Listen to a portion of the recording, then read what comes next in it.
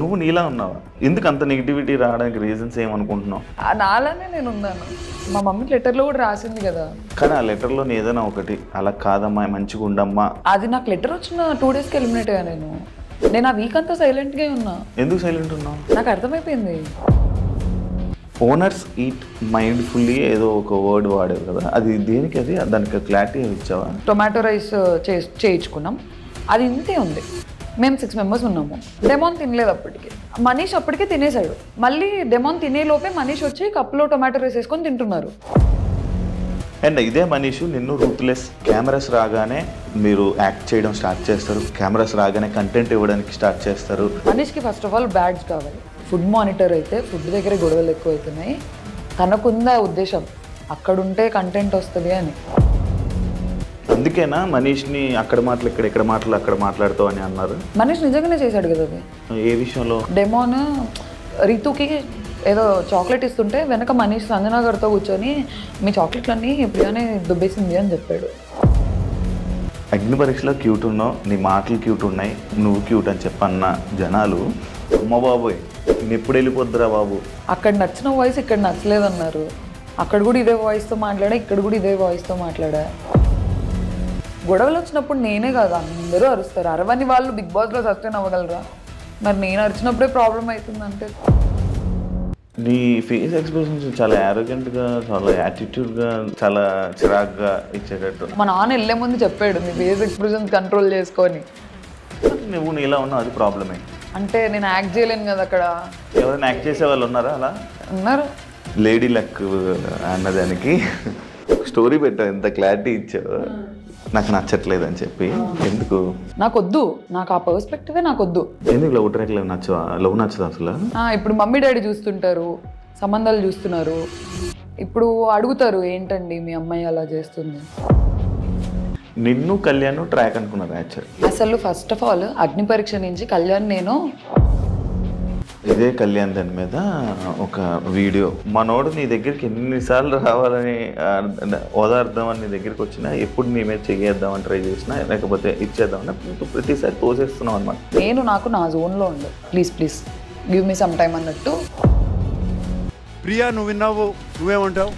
ఏదైనా కనిపెట్టాలంటే వెళుతూలోనే కనిపెట్టాలి. వాడు నిన్ను లవ్ చేస్తున్నాడా లేదా అని నీకు తెలియాలి కదా. నిన్ను ట్రోల్ చేసిన దాంట్లో ఇలా నేను ట్రోల్ చేస్తాను. ట్రోల్స్ ఎంత ఉందో అంతే లవ్ ఉంది. ఇంత లవ్ ఉన్నప్పుడు నేను ఇంకా ట్రోల్స్కి ఏం ఆన్సర్ ఇవ్వలేను. హాయ్ హలో నమస్తే, నేను మీ anchor Shiva. Welcome to iDream media. ఈరోజు మన ముందున్న guest big boss season 9 contestant Priya Shetty ఈరోజు మనతో ఉంది. హౌస్లోకి వెళ్ళే ముందు క్యూట్ అన్నారు, తన వాయిస్ బాగుంది అన్నారు. అంత అంటే ఒక 1 వీక్లో 1 lakh ఫాలోవర్స్ తీసుకుని వచ్చారు. తన్ని బాగా ఇన్స్టాలో వైరల్ చేశారు. అదే బిగ్ బాస్లోకి అదే ప్రియా వెళ్తే మాత్రం నెగిటివ్ చేసి ట్రోల్ చేయడం జరిగింది. అసలు ఇది ఎందుకు జరిగింది, ఏంటి అసలు తన చేసిన తప్పులు ఏంటి, మనకు తెలియని విషయాలు, బిగ్ బాస్లో జరిగిన విషయాల్ని తెలుసుకునే ప్రయత్నమే ఈ యొక్క ఇంటర్వ్యూ. తనతో మాట్లాడి ఇంక తెలియజేసుకుందాం. హాయ్ ప్రియా. హాయ్ నమస్తే. నేను కూర్చుంటాం అనుకున్నావా? లేదు లేదు అనుకోలేదు. అనుకోలేదు కదా. మీలాంటి పెద్దవాళ్ళ ముందరికి మేమెంత పెద్దవాళ్ళు, నాగార్జున అనుకున్నా. హ్యాపీయా? చాలా బాగుంది. ఎలా ఉంది బిగ్ బాస్ జర్నీ? చాలా బాగుంది. హ్యాపీయా? అలా ఫస్ట్ నన్ను నేను అడిగే క్వశ్చన్, నువ్వు నీలా ఉన్నావా? తెలియట్లేదా మీకు ఇప్పుడు? అంటే ఇక్కడ బాగున్నావు, ఎంత మంచిగా ఉన్నావు, అక్కడ ఏం జరిగింది, ఏమైంది అంటే లైక్ ఎందుకు అంత నెగిటివిటీ రావడానికి రీజన్స్ ఏమనుకుంటున్నావు? నేను ఫస్ట్ ఆఫ్ ఆల్ లోపల నాకు నెగిటివిటీ వచ్చిందని తెలిసింటే నేను అలా చేసేదాన్ని కాదు. నేను నాలానే ఉన్నా. అంటే అది కావాలని చేసిందా? లేదు, నేను లౌడ్ హైపర్ యాక్టివ్ పర్సన్ని. ఆనందం వచ్చినా ఎక్కువే, బాధ వచ్చినా ఎక్కువే, కోపం వచ్చినా ఎక్కువే, అన్నీ ఎక్కువే. మనకి అన్నీ ఎక్కువే, అన్ని ఎక్కువే. నాలానే నేను ఉన్నాను. మా మమ్మీ లెటర్లో కూడా రాసింది కదా, ఇంట్లో ఎలా ఉన్నావో అక్కడ కూడా అలానే ఉన్నావు, అలానే. కానీ ఆ లెటర్లో ఏదైనా ఒకటి అలా కాదమ్మా, మంచిగా ఉండమ్మా అని అనుంటే నీకు హెల్ప్ అయ్యేదేమో. అది నాకు లెటర్ వచ్చిన 2 డేస్కి ఎలిమినేట్ అయ్యా నేను ఆ వీక్ అంతా సైలెంట్గా ఉన్నా. ఎందుకు సైలెంట్ ఉన్నావు? నాకు అర్థమైపోయింది. ఏమని? సెకండ్ వీకెండ్ ఎపిసోడ్లో నాగార్జున గారు తిట్టారు, ఇట్లా ఆడియన్స్ రంగు పడిద్ది అన్నప్పుడు క్లాప్స్ కొట్టారు. నాకు అది ఒక బిగ్గెస్ట్ ఫీడ్బ్యాక్. మూసుకొని అదిగో నాకు వచ్చేస్తుంది ఇది, మూసుకొని ఉండాలని నాకు క్లారిటీ వచ్చింది. అందుకే దాని తర్వాత అలర్ట్ అయిపోయావు. అలర్ట్ అయ్యి కామ్గా ఉన్నా. గేమ్ స్టార్ట్ చేద్దామన్న లోపే ఓనర్స్ ఈట్ మైండ్ఫుల్లీ ఏదో ఒక వర్డ్ వాడేవు కదా, అది దేనికి? అది దానికి క్లారిటీ ఇచ్చావా? మొత్తం సిచ్యువేషన్ ఎక్స్ప్లెయిన్ చేయనా? మొత్తం ఓకే చేస్తా, చెయ్యి. నాకు కావాలి, నేను క్లారిటీ ఇస్తా. ఆ రోజు ఏమైందంటే మేము ఫుడ్ ఎప్పుడు వేస్ట్ చేయం. నైట్ అన్నం చేసుకున్నాం అనుకో, పొద్దున్నకి అది పులిహోరో ఏదో అలా టొమాటో రైస్ అలా చేయించుకుంటాం మిగిలిపోయిన అన్నంతో.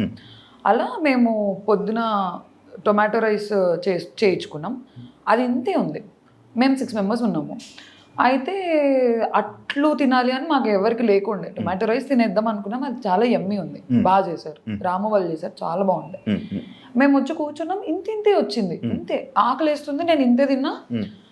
శ్రీజ కళ్యాణ్ కూడా తినలేదు, కానీ వాళ్ళు మేము మాకు ఆకలి వేస్తుంది మేము అట్లు తింటామని వాళ్ళు అట్లు వేసుకొని తింటున్నారు. డెమోన్ తినలేదు అప్పటికి. నేను ఫుడ్ మానిటర్. నాకేమోనండే, నన్ను అడుగుతారు కదా ఏంటి ఫుడ్ లేదు నువ్వు చేయించి ఉండాల్సిందని. నేను ఇంతే తిని డెమోన్ తినురా నువ్వు అని చెప్పి నేను మిగిలేసి నాకు ఇంకా చాలే ఇంత తిన్నా కదా చాలని వెళ్ళిపోయా. కానీ ఆకల్లో ఉన్నా.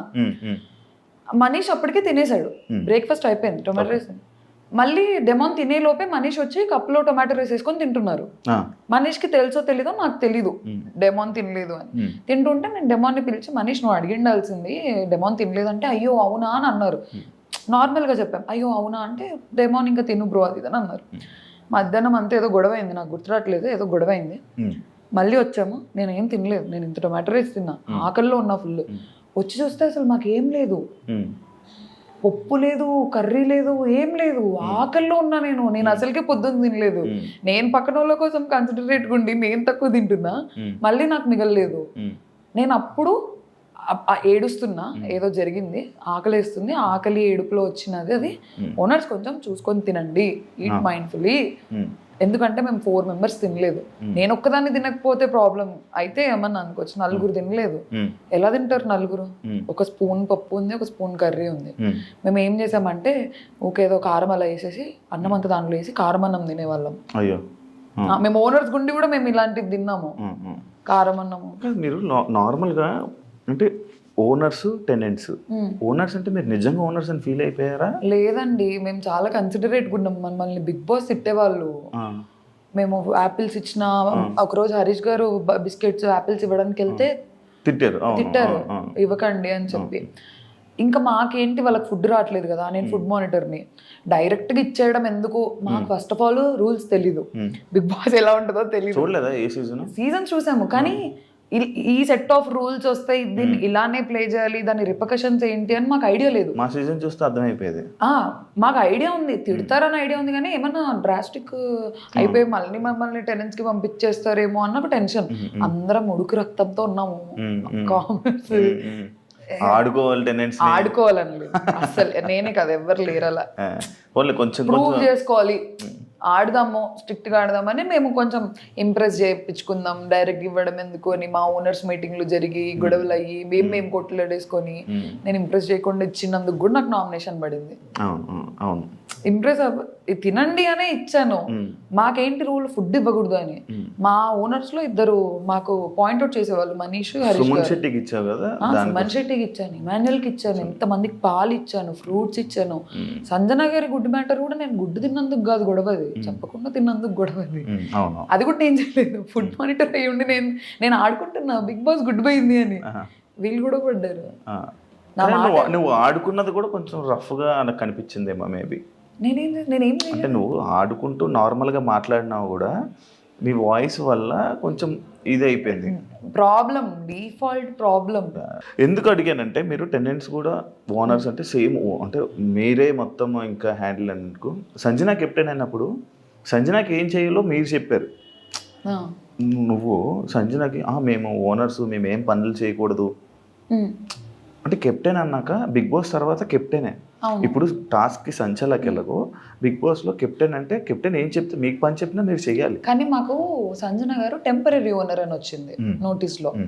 ఓనర్స్ పని చేయకూడదు అనేది మెయిన్ రూల్. అదే టెంపరీ ఓనర్ అంటే ఏంటి, తన కెప్టెన్ గా ఉన్నంత వరకు ఓనర్. మా పర్స్పెక్టివ్ ఏంటి తెలుసా, కెప్టెనే కానీ టెంపరీ ఓనర్, మేము పర్మనెంట్ ఓనర్. మాకే అథారిటీ ఎక్కువ ఉంటుందని మేము ఫీల్ అయ్యాం అక్కడ. అదే మీరు ఎక్కువ ఆలోచించేసుకోవడమే మీ కామనర్స్ కి మైనస్ ఏంటంటే యాక్సెప్ట్ చేస్తారు. Yeah completely.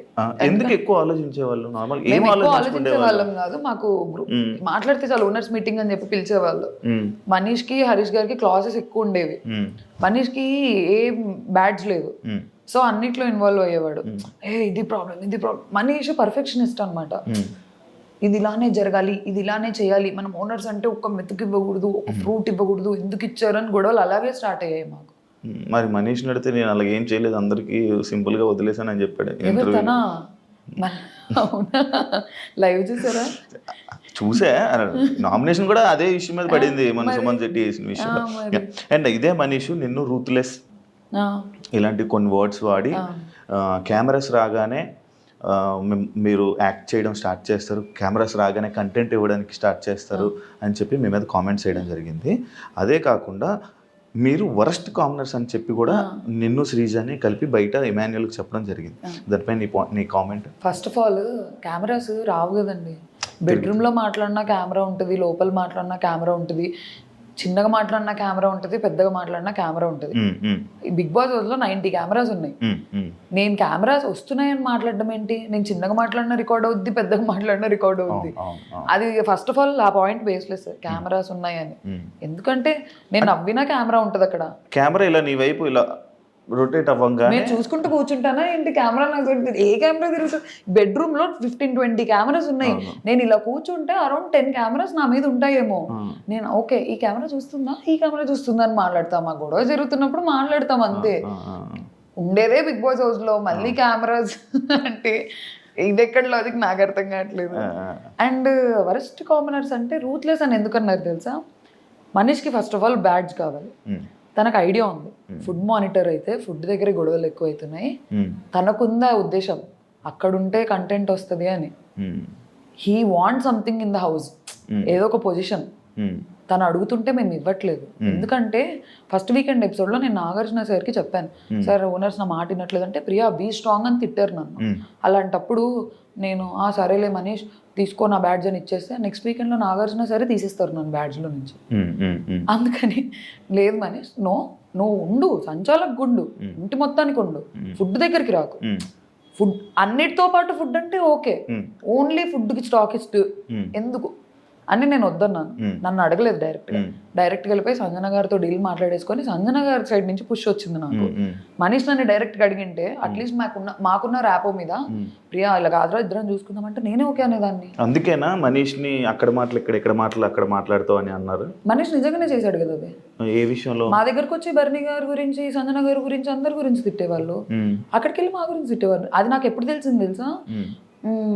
వీకెండ్ ఎపిసోడ్లో నాగార్జున సార్ డెమోన్ రితుకి ఏదో చాక్లెట్ ఇస్తుంటే వెనక మనీష్ సంజన గారితో కూర్చొని మీ చాక్లెట్లన్నీ ప్రియానే దుబ్బేసింది అని చెప్పాడు.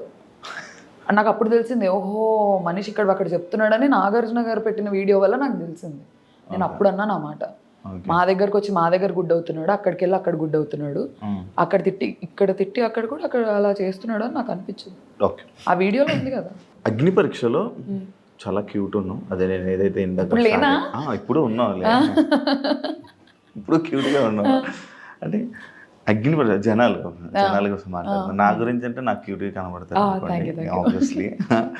ఇప్పుడు అగ్ని పరీక్షలో క్యూట్ ఉన్నావు, చాలా మంచిగా ఉన్నావు, చాలా మంచిగా అనిపించింది, నీ మాటలు క్యూట్ ఉన్నాయి, నువ్వు క్యూట్ అని చెప్పన్న జనాలు హౌస్లో అమ్మ బాబోయ్ నేను ఎప్పుడు వెళ్ళిపోద్దురా బాబు అన్న కామెంట్లు అన్న సిచ్యువేషన్కి రావడానికి రీజన్ ఏమని అనుకుంటున్నావా? నువ్వు బయటకు వచ్చాక నువ్వేమైనా ఆలోచించావా?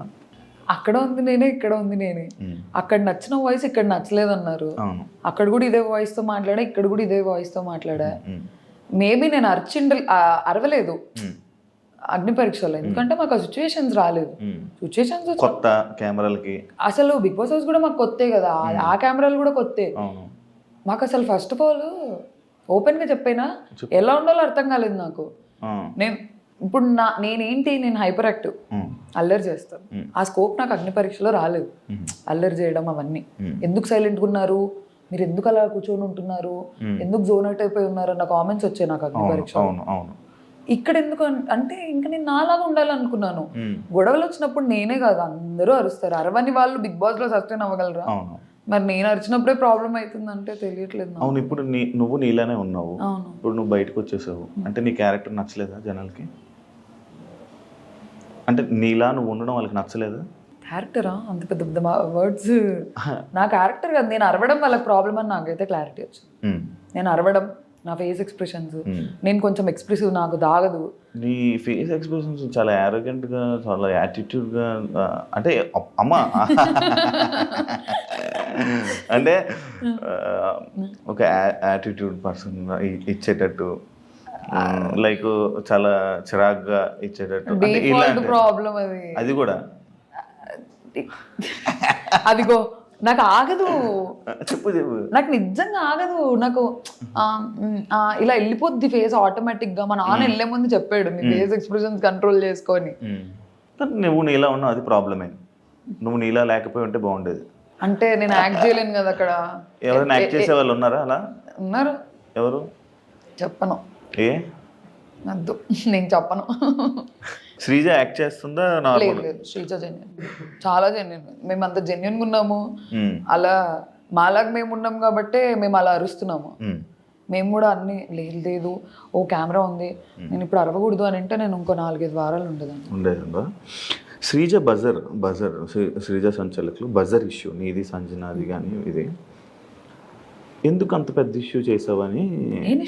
అంటే లైక్ ఇలా జరిగింది, ఓకే నెక్స్ట్ టైం అని వదిలేచ్చు కదా, ఎందుకు దాన్ని అక్కడ అంత డ్రాగ్ చేసావు అని చెప్పి, ఓన్లీ బికాస్ ఆఫ్ అక్కడ నీకు ఛాన్స్ వచ్చింది, టైం వచ్చింది, నువ్వు మాట్లాడాలి, అక్కడ ఏదో ఒక ఇష్యూ చేయాలని చేసావని చెప్పి కామెంట్. అది మీ కంటెస్టెంట్ ఇచ్చిన కామెంటే. నీకు దానికి ఏం చెప్తావు? అమ్మ బాబోయ్, అస్సలు కాదు. అక్కడ ఏమైందంటే ఫ్యామిలీ లెటర్ అనేసరికి అందరం ఫ్రీజ్ అయిపోయాం. హార్ట్ బీట్ లిటరలీ ఇట్లా వణుకుతున్నాము. అంటే 3 weeks అయ్యింది కదా వెళ్ళి. మీకు అలా ఉంటుంది కానీ మాకు మేము ఎమోషనల్. అయ్యో నాకు తెలియదండి. అవునా? లేదు, ఇప్పుడు ఇమాన్యుల్ కూడా ఏడ్చాడు, అందరూ ఏడుస్తారు. అదే నేను అన్నా ఫ్యామిలీ ఎమోషనల్. అది ఏదో క్యాప్టెన్సీ కంటెండర్ అయ్యింటే మేము అసలు అంత ఎమోషనల్ అయ్యే వాళ్ళం కాదు. ప్రతి ఒక్కరు ఏడ్చేశారు. ఫ్యామిలీ నుంచి లెటర్ అనేసరికి సంజన గారు ఏడ్చారు, సుమన్ ఏడ్చేశారు, లైన్ గా ఇమాన్యుల్ ఏడ్చారు, తనుజకి ఏడ్చింది. నేను ఏడవాలా వద్దా నాకు అసలు అర్థం కావట్లేదు. ఫ్యామిలీగా ఏం వచ్చింటది, ఏం చేస్తున్నాను, టెన్షన్ వచ్చింది. మీరు సరిగ్గా చూస్తే నేను ఫస్ట్ రౌండ్ లో నేను కదలలేకపోయాను, నేను ఫ్రీజ్ అయిపోయాను. నేను కానీ సెకండ్ రౌండ్ లో అందరం తోసుకుని వెళ్ళావు తెలుసా? ఎలా తోసావు తెలుసా? నేను అది వెళ్ళిపోయింది. అదే ఇటొకరిని ఎగరేస్తున్నాడు. యాక్చువల్లీ సంజన చెయ్యి బజర్ మీదకి వెళ్ళలేదు. శ్రీజ ఏం చూసిందో నాకు తెలియదు కానీ సంజన చెయ్యి ఓన్లీ హుడ్ మీద ఉండిపోయింది, చెక్క మీద అలాగా ఆగిపోయింది. బజర్ మీదకి పూర్తిగా వెళ్ళింది చెయ్యి నీదే. అండ్ మోర్ ఓవర్ అక్కడ చెప్పా కదా ఫ్యామిలీ ఎమోషన్. తనుజక్క రౌండ్ అప్పుడు నేను పక్కకి వెళ్ళి ఏడ్చాను. అయ్యా ఛాన్స్ మిస్ అయిపోతుంది. నాకు ఒక ఐడియా ఉండే, పోను పర్సెంటేజ్ పెంచేస్తారు, లాస్ట్ లో ఉన్న వాళ్ళు ఛాన్స్ ఉండదు అని క్లారిటీ నాకు ఉంది. తనుజక దాంట్లో పోయింది, అప్పటికే ఎమోషనల్ అయిపోయి నేను ఏడ్ చేసా, నాకు పానిక్ అటాక్ లాగా అయిపోయింది, అది రాలేదు, ఊపిరాడలేదు నాకు. నాకు అసలు నేను ఫ్యామిలీ గురించి ఎంత ఎమోషనల్గా ఉంటాను నాకు అక్కడికి వెళ్ళిన తర్వాత తెలిసింది. నేను అసలు ఎమోషనల్గా అలా ఉండను, అలుగుతా అన్ని చేస్తా కానీ ఏడ్ చేసి అంత చేయను. ఓహో నా వీకెస్ట్ పాయింట్ నా ఫ్యామిలీ నా ఫ్రెండ్స్ అని అప్పుడు అర్థమైంది నాకు. అవును, స్టార్టింగ్ వెళ్ళంగానే కూడా ఏడ్చావు కదా ఫ్రెండ్స్ కోసం. అది కూడా కొంచెం ఎందుకు వెళ్ళిన ఒక్క రోజుకి ఎందుకు అంత ఏడ్చావు? దాని మీద కూడా కొంచెం అప్పుడే యాక్చువల్లీ నీకు నెగిటివిటీ స్టార్ట్ అయ్యింది అక్కడ నుంచి. ఏడవడం నెగిటివిటీ అంటే వెళ్ళిన వెంటనే ఫ్రెండ్స్ అని ఫ్యామిలీ అని అప్పుడే మిస్ అయిపోతున్నానని ఏడవడం. అది నా లైఫ్లో నేను ఎప్పుడు హాస్టల్లో మమ్మీ వాళ్ళకి అలా దూరంగా లేను. హాస్టల్లో లేను, హైదరాబాద్లో ఉన్నాను కానీ ఫోన్ ఉంటుంది కదా. నేను ఎలా ఉంటానంటే ఏదైనా మమ్మీతో మాట్లాడుతుంటా, లేదంటే డాడీతో మాట్లాడుతుంటా, లేదంటే ఫ్రెండ్స్తో మాట్లాడుతుంటా, కంటిన్యూ కాల్స్లో ఉంటా. నాకు నా వరల్డ్ సరౌండ్ అవుతుంటుంది, కాల్స్, ఫ్రెండ్స్ చుట్టూ, ఫ్యామిలీ చుట్టూ. కొంచెం డిపెండెంట్ పర్సన్ని, క్లోజెస్ట్ సర్కిల్ ఉంది నాకు, చాలా ఇంపార్టెంట్ అది. నేను లిటరలీ ఫ్రెండ్ సర్కిల్ అంటున్నాను అందుకే. సర్కిల్, ఆ సర్కిల్ బాయ్ ఫ్రెండ్ ఉన్నాడా? నాకు బాయ్ ఫ్రెండ్ లేడండి. ఎంత బాగుంటారు బాయ్ ఫ్రెండ్ లేకపోవడం ఏంటి? ఏం లేదు అంతే. అలా ఉంటాను. ఉమ్, అక్కడికి వెళ్ళిపోయాను. నాకు ఫస్ట్ ఆఫ్ ఆల్ నా లైఫ్లో చేంజ్ నచ్చదు. నేను ఈజీగా అడాప్ట్ చేసుకోలేను చేంజ్ని. అక్కడికి వెళ్ళా బాస్ హౌస్లోకి వెళ్ళిపోయా అనేది నాకు ఒక షాక్. అవును, అగ్ని పరీక్షలు కూడా ఫోన్ లాక్కున్నారని విన్నాను. అవును, మరి అప్పుడు అలవాటు అయింది కదా. నైట్ చేసేవాళ్ళు కదా నాకు, అచ్చా, night morning to night shoot, mid night 2 అయినా కూడా ఒక అరే తెలుసా ఇట్లా అయింది అని చెప్పి మాట్లాడుకునేదాన్ని. ఒకరు ఉంటారు నాతో మాట్లాడడానికి. ఇక్కడ అలా లేదు, అందరు కొత్త వాళ్ళు, ఎవ్వరు మాట్లాడట్లేదు. శ్రీజ వాళ్ళు మేము అందరం ఫ్రెండ్స్, జస్ట్ తెలుసు అంతే. అలా నాకు మనీష్కి ర్యాపో ఉండేది, ఎందుకంటే మేము కొంచెం మాట్లాడేవాళ్ళం అగ్ని పరీక్షలు అంతా. కరెక్ట్ మనీష్ కనిపించిన వెంటనే మనీష్ డాడీ షర్ట్ అని తీశారు. నేను ఆల్రెడీ లో ఉన్నా, మనీష్ నాకు గుర్తు చేశాడు, ఇదిగో మా నాన్న షర్ట్ నేను ఇలా తెచ్చుకున్నా అని.